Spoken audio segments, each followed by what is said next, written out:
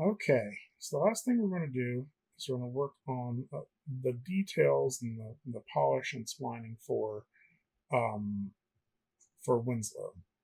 So as we see here um, in Winslow's shot, um, so we did something when we created this animation intentionally, and that's we set a keyframe on all of Winslow's controls on every frame where something changed, right? And so this pass is called blocking, right?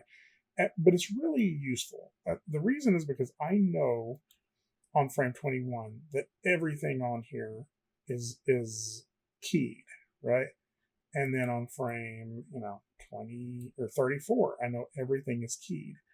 I don't have to guess. Did I set a keyframe on the head on this? Did I set a keyframe on the antenna on this? Because I know the answer. I set a keyframe on everything.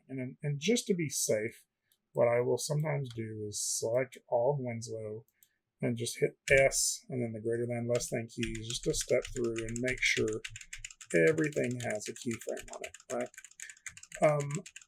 So this process of getting the character to this phase is called blocking. And then now this is maybe even blocking plus because we've got a lot of details in here. But what we do know now though is like these are all of the right poses. But some stuff may still be not hitting at the right time or traveling the right arc. And so the splining and polish phase is the last phase that you usually do on an animation. And so in that, we're going to look for stuff like little tiny details. Like, for example, I want to add some more stuff going on here with these antenna.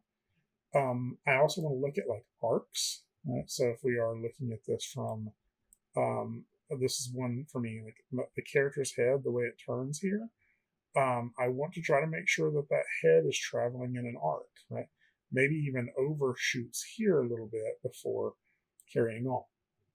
And we can do that with additional keyframes. We can do that with the graph editor.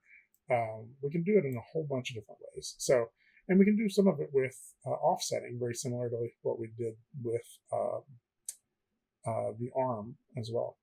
So I do want to get just a little bit of an overshoot to the side here on this head as it's looking around. Just adding a little bit of extra detail here on just the head. Let's see if that's maybe too much.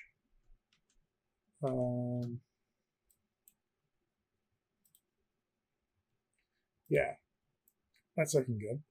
So what I'm going to do with that is continue. Let me do another little thing here. Is I'm going to continue to animate this character just a little bit more to keep him alive. There we go. And so he looks around and just not quite as stiff there. Right? But as we talked about earlier with lead and follow, right? Or I'm sorry, with the overlapping action that we did on the arm, not everything happens at the same time, right? And so I'm going to try something different here. I'm going to try leading with the eye and the head during some of this. I'm also going to add a little bit more eye animation here.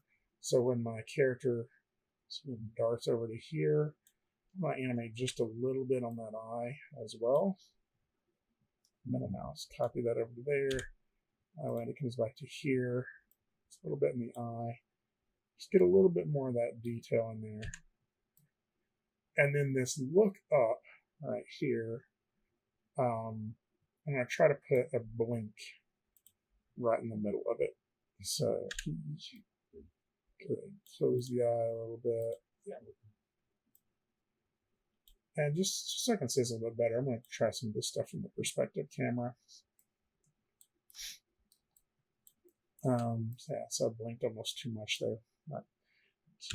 With a blink, I usually try to hold the eyelids closed at least for 2 frames, and I usually make it during a fast move, right?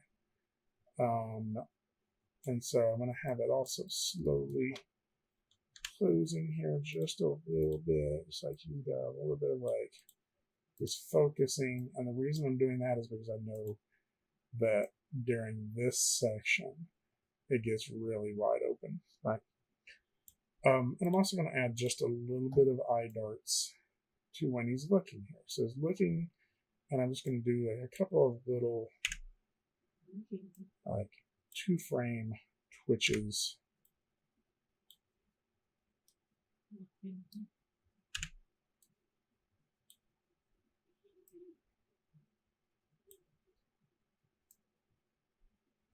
And so we get this,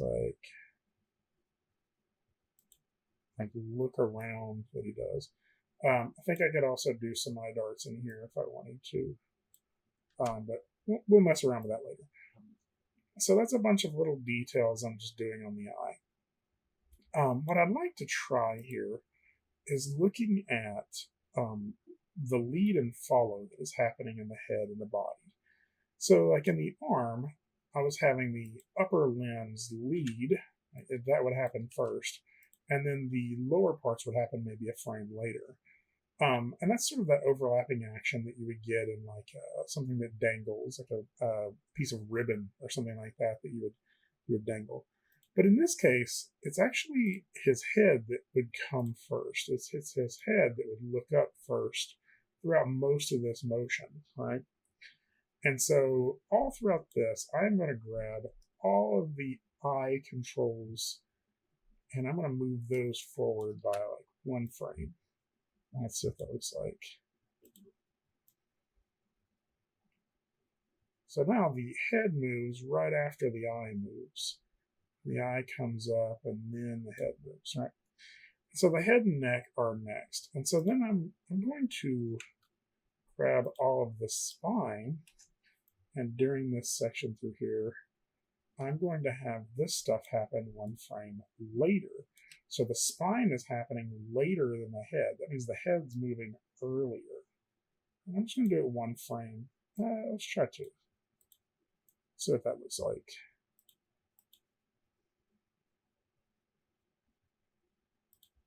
So it's kind of interesting. I think that dips a little too far that way right now on the head, so I may pull that back just a little bit. But you can see now that the head feels like it leads the body. And then the body comes to kind of a sudden stop. So let's go ahead and get our graph editor open here. Animation editor graph editor. Oh, wow, I keep closing it. I know I'm going to need it. So with our rotations here, you'll see a couple of things. One, you'll see that we kind of overshoot and then settle back on this. I'm gonna mess with that. I think that's part of an issue we're having there. So there we go. Get a little bit more ease into this.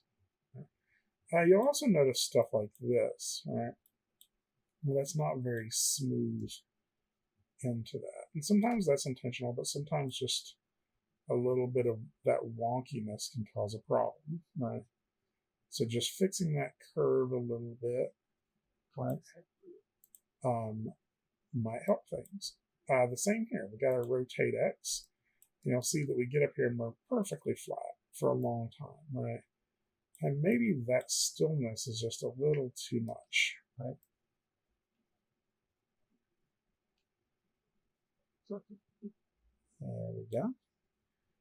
So let's see what that looks like now from this angle.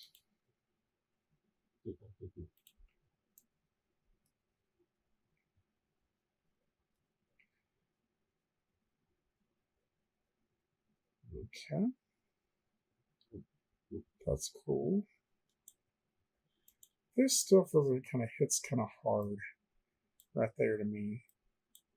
And so I'm going to zoom in here, and I think it's also because it's so perfectly still right here. And so the zoom there and everything kind of hits. Feels like that almost needs an overshoot, but we'll keep it like that for right now. There we go. It's looking pretty good. I do want to just overemphasize that eye is leading the motion.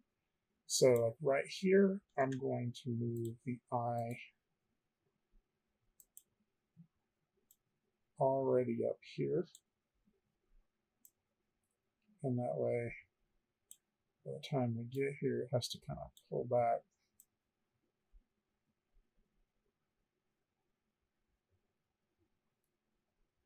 There we go. So I'm digging some of that. So I want to try another thing here really quick, just from my from the render 2 camera. So as our character is jumping here, these jump ups here, I want the upper body to lead. On the jump down there, I want it to feel like the upper body is dragging behind a little bit. Right? So we could play with those controls, right? I could have this these 2 frames happen a frame later. You can feel just a little bit now that feels a little bit squishier. I'm not sure I want to do that on every one of them, but I may try it with at least one more. So maybe make these 2 happen just like a frame later. There we go. That's kind of a neat feeling. And the other thing you could do is have these frames happen a frame earlier.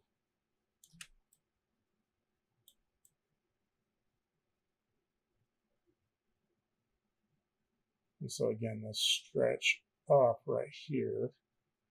I also can't really have that having a frame earlier anymore. So yeah, let's see what that feels like. Does that feel a little bit better? Let's turn off these curves.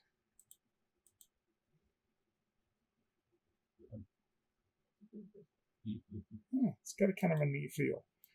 The other things I can work on is just like the bouncing ball. I can open up my graph editor here and my translate Y on my feet. I could work on getting those to smack and hit the ground a little bit better. So again, let's just go ahead and I'm going to set this to weighted tangents. And I'm going to grab these keys and these keys and this key. I'm going to break those tangents. And that'll allow me to get more stuff like this. And hopefully what that's going to get is when the character lands and jumps, I'm going to break that one as well. It's not going to feel quite as like it's easing in and out, right? So we get this. Yeah, that's working pretty well. And let's just see. It's a small thing. Let's see what that does.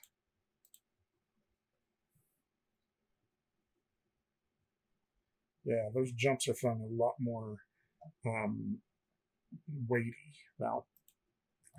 Last thing I really do want to do is I want to add a little bit of animation to the antenna and to the ears. So I'm going to go ahead and do the ear pass first. I think the current ears are feeling pretty good. But I can some of this here, I could drag them back, maybe even up. And so I can make this sort of react to the jump, right? Maybe even translate them down a little bit. There we go.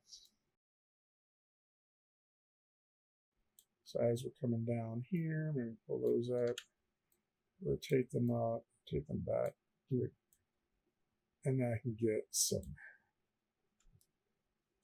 follow through. So I'm not really showing you this to say these are specifically the things you need to do. It's more like you need to look through your animation and see where you can add additional life, where you can make your animation better. Right? What is something that you could do that would make an impact and make it more enjoyable to watch, right? In the end, that's the biggest thing that we're doing right now is we're trying to make this fun for someone to watch, right? And so I'm just adding some additional animation in here, having that overshoot Oh, this is that big anticipation too. So here, dragging those back behind, and I could really exaggerate that if I wanted to. There we go. There, and I think I did that on the wrong frame, but it's all right. I'll just delete that frame for it. Okay. There we go. And so that's not bad. Let's see if there's anything on shot 1 that would help with it.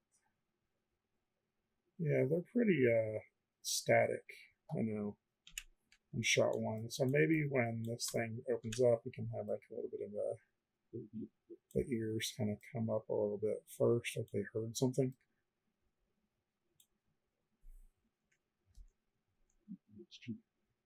Now I would think that one. Just kind of spinning through, maybe dip them a little bit. And that way we can come back up and we'll get to here. I'll probably have that whole thing drag behind just a little bit. So if I was like, yeah, that's fun. And I keep them up during all of this. And then I can almost drag it to there. That way when it dips down, I can really exaggerate that more. Roughly forward, dip them down. Drag them forward. And then as we're flying up here, we can still continue to drag them. So like this.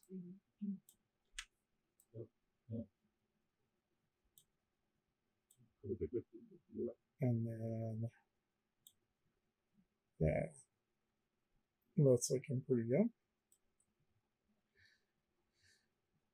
So last thing I'm going to do is I'm going to work with the antenna just a little bit. And so I did a little bit of stuff on here, but I just want to make sure we have some cool things happening. And so sometimes I have too many keys for what I'm doing. I hear like it's like they're wiggling around everywhere. The only real spots I've did much animation on them is like right through here. So I'm actually going to wipe some of these keys out and make the antenna feel like a little bit separate from this, right?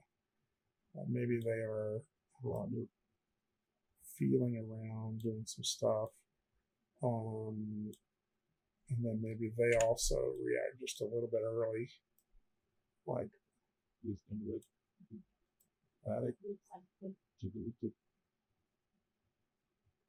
yeah. So it's a little static there, but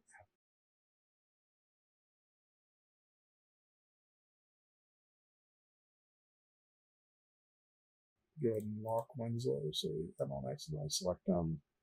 I'll drag these a little bit to one side. There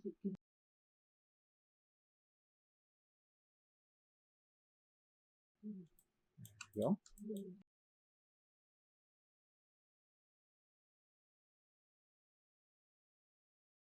That way they can kind of overshoot and end up here.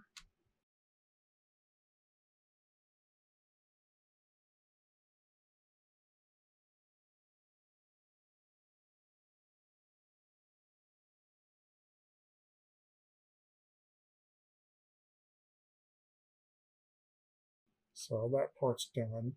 And so I think during this run, they almost just need to be pointed down.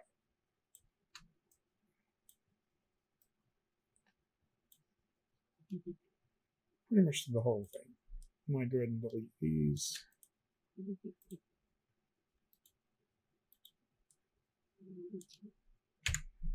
And then from this side view, maybe here, I can see areas where we can drag them back even more. But maybe like right through here, they flip forwards. So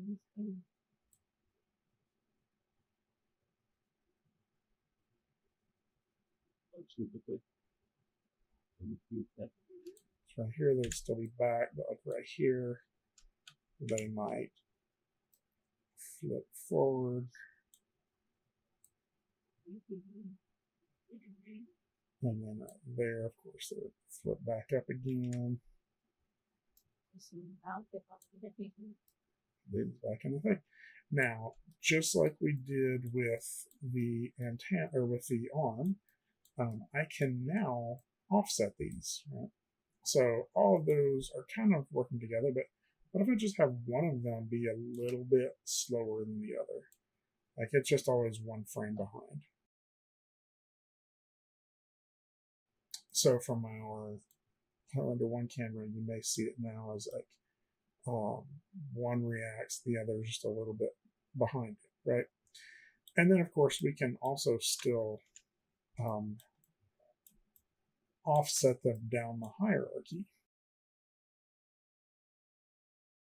and have all of these be one frame later.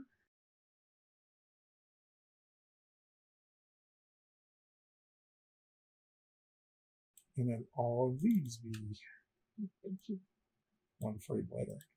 So let's try to see what that looks like. It may have messed some stuff up, but I still see some spots in the graph editor that maybe I could improve. But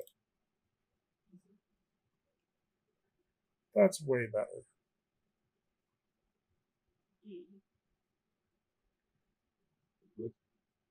There we go. So let's go ahead and save that. And there's still a couple of little polish pieces that I might do to this. But for the most part, we're getting on to the point where we want to finish this scene and start getting it ready for render.